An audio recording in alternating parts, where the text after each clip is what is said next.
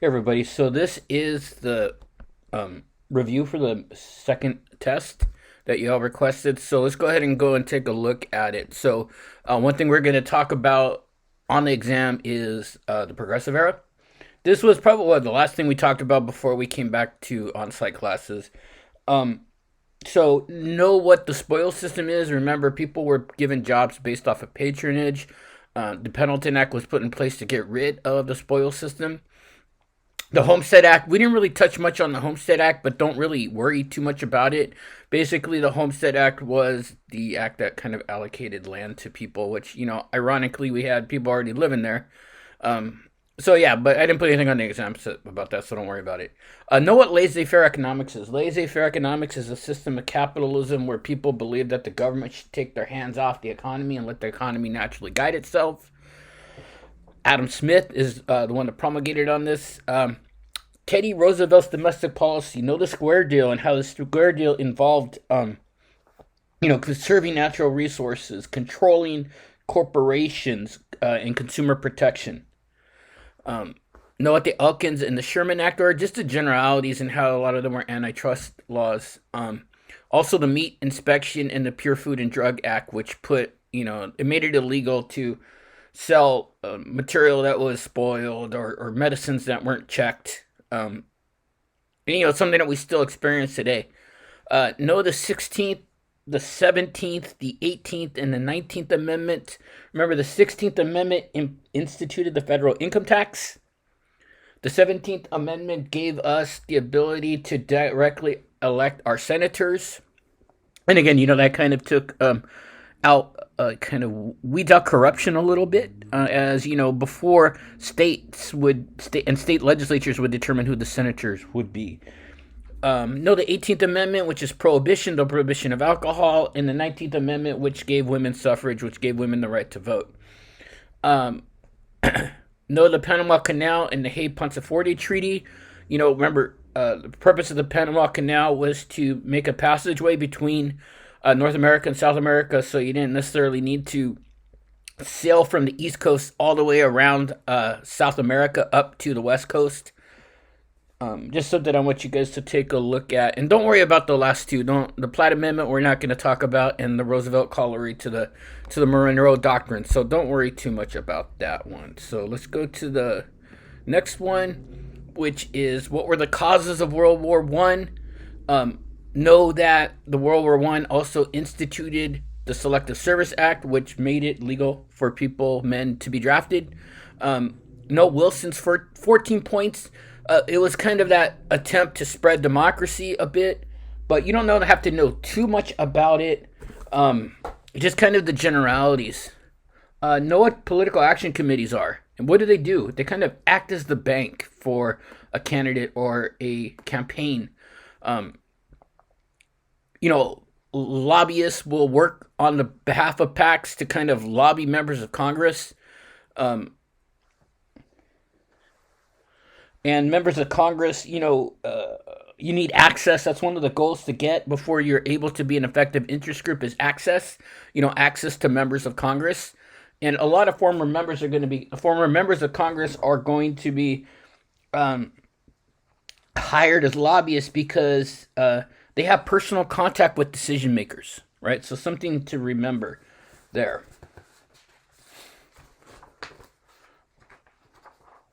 Know the places where lobbying takes place. Lobbying takes place at, the congressional level, the executive level, state legislatures, generally not in the judicial branch because there's some ethics laws that deal with that. All right, so just remember that. Lobbyists can also provide information to candidates in campaigns. They're experts. They have knowledge of the legislative process. They know where certain interest groups may stand. And we also have the regulatory requirement of PACs and interest groups where they have to report to the government how much money they spend. And also we have a responsibility to understand our limits as far as individual contributions. And remember, the max an individual can contribute to a candidate or a campaign is $2,900 an election. Know what super PACs are? and how super PACs kind of evolved out of Citizens United versus the United States. I mean, sorry, Citizens United versus the Federal Elections Commission, which made it permissible for super PACs or corporations and labor unions who form super PACs to contribute as much money as they want to either defeat a candidate or to support a candidate, and kind of understand the fact that you cannot be coordinated with a member of Congress or in a super PAC. So remember when we saw the whole Stephen Colbert video with Jon Stewart, how Stephen Colbert had started a super PAC and then he decided to run for president, so he could not continue the super PAC, so he gave it to Jon Stewart. And this is something that happens on both sides. The Democratic Party will rely more heavily on lawyers and unions. The Republican Party will rely for funding on real estate and oil companies. And remember, this is all protected by the First Amendment. And, we all belong to maybe at least one interest group at the very minimum. At least one, right? And, something maybe, and they can have ideological interest groups like the NRA or MAD. I take that back because we said MAD probably wasn't an ideological interest groups. I'm going with the slides off the top of my head. The NRA, pro-choice groups, pro-life groups, all of those, PETA, all of those things, all of those groups advocate for a specific interest. And, usually these single issue interest groups are really strong because the members are committed to the cause. So simple as that. They're really tied in. They really have something invested. So, generally they have a high stake in it or some type of passion for it. And remember, again, this is all protected by the First Amendment. We talked about the farmers' rights movements, the United Farm Workers Union, the merging of the groups led by Cesar Chavez and Larry Italong. Mexican Americans, Filipino Americans came together and formed the United Farm Workers. No trade association groups, things like the American Bankers Association, the U.S. Chamber of Commerce. Those are considered trade association interest groups, or think business association groups. No women interest groups like the National Organization of Women. No civil rights interest groups like the NAACP, which is the oldest group here in civil rights group here in the United States. LGBTQI rights groups like Diversity California, GLAAD. And also kind of understand that a lot of these interest groups are, again, kind of subject to, that whole Iyer law of oligarchy where, you have some type of small group at the top making decisions for the greater whole. Okay, let's talk a little bit about voting. All right. So, there's a myth. People don't necessarily vote based off of a candidate's stance on an issue. Usually they vote retrospectively or based off a candidate's image, a candidate's confidence, charm, sincerity, attractiveness. Some people might vote for a candidate based off of their policy, but it might be on their position on issues like taxation, abortion, or the environment. But remember, there's a myth that really motivates people to vote, but not really. But there still are people out there that vote that way. Remember the terms de-alignment and realignment, right? De-alignment is the situation where we have one demographic group or a whole group of people. De-alignment is a whole group of people detach themselves from parties and become independents. Remember, realignment is when a demographic group moves from one political party to another, much like I talked about with the Catholic religion, where how a lot of people kind of migrated from the Democratic side, the Democratic Party, to the Republican Party. Know what the responsible party system means. Remember that parties can't not necessarily hold their public officials responsible for not carrying out their policies. Know the median voter theorem, or that you need to clearly move to the ideological middle on the spectrum to win a majority of votes. All right, and we talked a little bit about that. And remember, the first goal of the party is always to win. Third parties we talked a lot about: the Libertarian Party, the Green Party, the Constitution Party.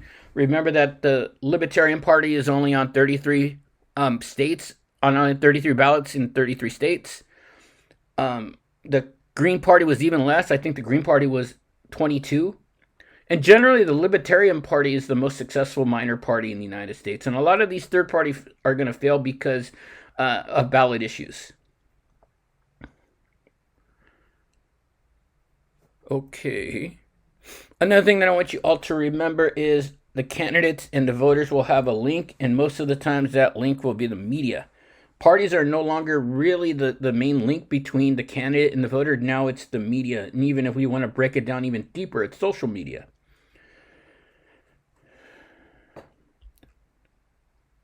Know about primaries? What the participation rates in the U.S.? Usually participation in presidential elections is anywhere from 60 to 70%. Primary elections, which happen prior to that, are about 30%, so roughly half. Midterm elections, sometimes midterm elections, I anticipate the midterm election in 2022 is going to be a high level of participation, just because we're so ingrained in politics now, and kind of trying to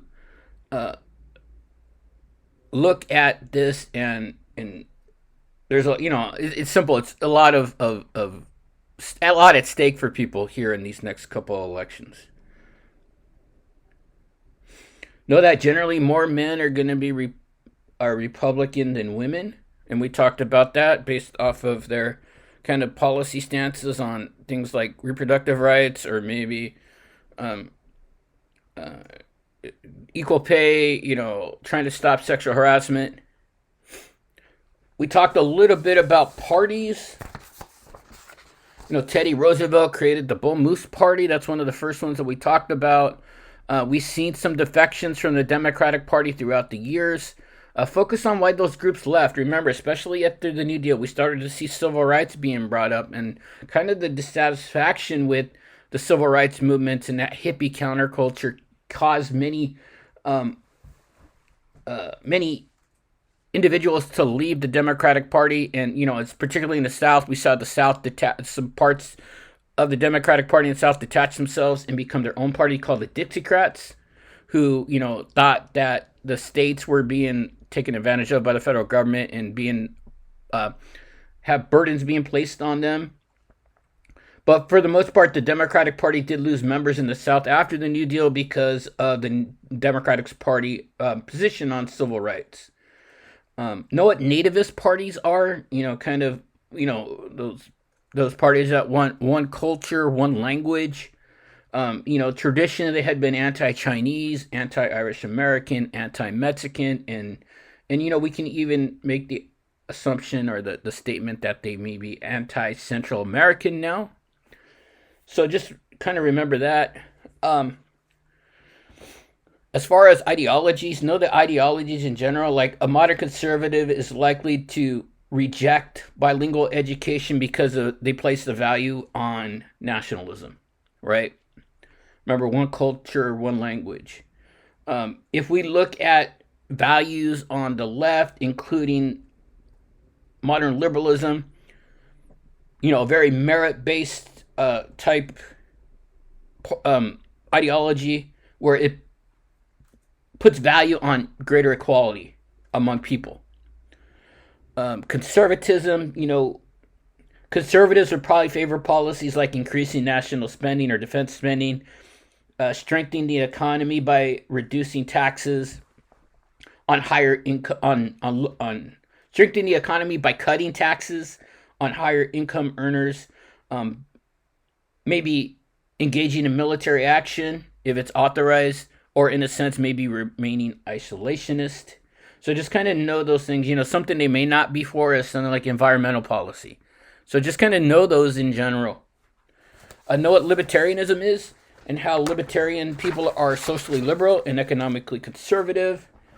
And know the core value of a merit-based society based off of liberal thought. And, so say for instance, at one time, say a Republican president uses wiretaps on certain Americans. Liberals probably wouldn't like that because this policy most likely conflicts with their value of merit-based society. Know what fascism and reactionary thought is. If we had the Taliban come into the United States and start a party, they may try to ban voting for women. That would be a reactionary view. Okay. Media. We're going to talk about media. Remember, the media is a big player in our political system. A lot of our news is sensationalized, and it affects us because we may not be able to see other important issues. The media socializes us to kind of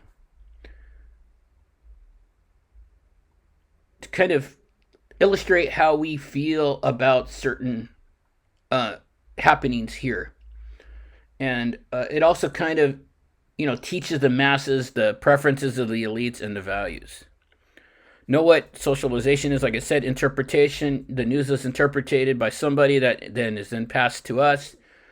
Know agenda setting. That's probably the biggest tool that the political parties will have, or actually the biggest tool that the media has is they set the agenda. They decide what is newsworthy and what isn't, and it's a very important tool. Know that the military secrets need to be protected, and one way to protect is not to let the media get their hands on military secrets. Know what the Sullivan Rule is and how it's made it easier for the media to, in a sense, broadcast false information about politicians because of the standard of proof that is so high. Remember, in the Sullivan Rule, you as the individual, if you're an individual that is being slandered or libelized, you need to, I don't even know that's a word. I just might have made up a word. If you feel you've been sued or someone's libeled you, you have to prove that it's created irreparable harm to your reputation. Know that news stories about presidential candidates are generally going to be negative in nature. Okay, so if you have any questions, there's going to be 50 questions on this exam. It's going to be chapters 4 through 7. Weeks 4 through 7. And, basically talking about the progressive era, then interest groups, then voting, ideologies, media. All right, so all of that is going to be on the exam. If you have any questions, let me know. Okay, thanks a lot.